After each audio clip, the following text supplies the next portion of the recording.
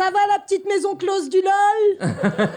Bah si, c'est un peu une maison close, Hakim. Ah bon? Toi, bah oui, toi t'es notre petit proxénète. Vous êtes les petits clients. Et nous, bah, les petites travailleuses qui vous donnons du plaisir avec notre bouche. Alors, non, c'est pas gratuit. Pourquoi je dis ça? Parce qu'il y a quand même plus de 3500 milliards de dettes. Du chômage, l'inflation, la guerre arrive. Et l'hôpital est tellement éclaté qu'il a besoin d'aller à l'hôpital. Et d'un coup, il y a un député RN qui s'est dit « Eureka, on va rouvrir les maisons closes. » C'est ça qui va permettre aux Français de se vider un peu la tête. La tête. Et ça va surtout permettre aux femmes de trouver un petit boulot. Voilà ce qu'ils sont en train de se dire. Alors, pour info, les maisons closes ont fermé depuis 1946. La petite nostalgie des années 40 du RN.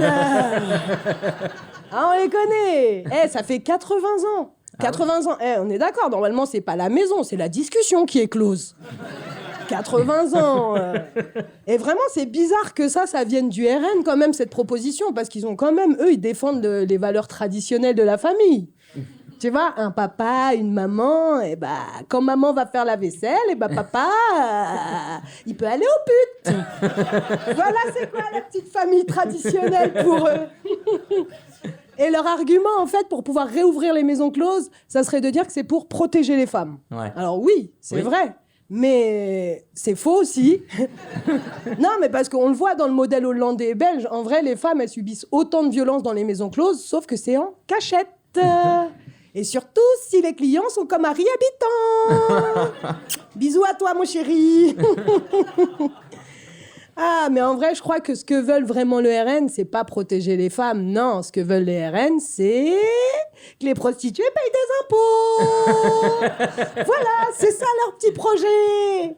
Parce que, en vrai, on est tous conscients. Depuis quand le RN se préoccupe de la condition féminine? C'est une vraie question. Parce qu'on n'oublie pas qu'au Parlement européen, ils ont voté contre l'égalité salariale. On est d'accord? Donc, tu sens qu'avec eux, les maisons closes, même le vigile et le barman vont être mieux payés que les prostituées. Sauf si le vigile est une femme et la prostituée un homme.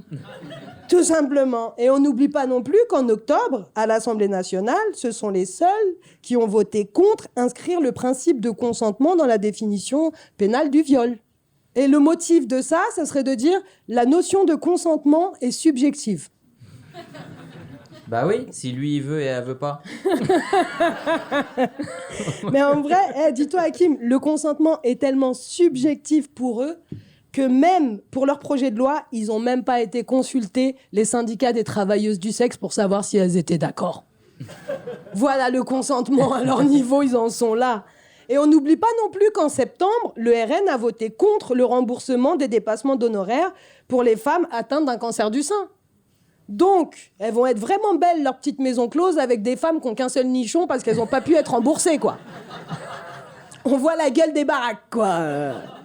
Mais en vrai, on se rend bien compte que dans ce projet, les vrais gagnants, c'est les clients.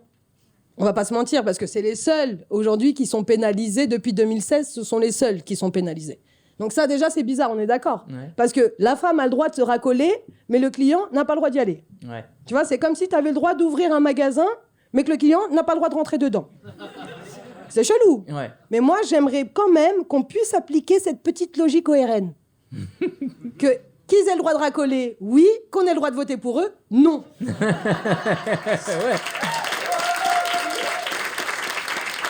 Je valide. Ouais. Sur le principe. Donc en vrai, pour finir, s'ils veulent vraiment aider les prostituées, je pense qu'il faut surtout dépénaliser les clients, démanteler les réseaux, et prendre leur plainte au commissariat et essayer de subventionner les associations de soins. Et là, je pense que les prostituées feront un bon boulot. Vive les putes. Merci beaucoup.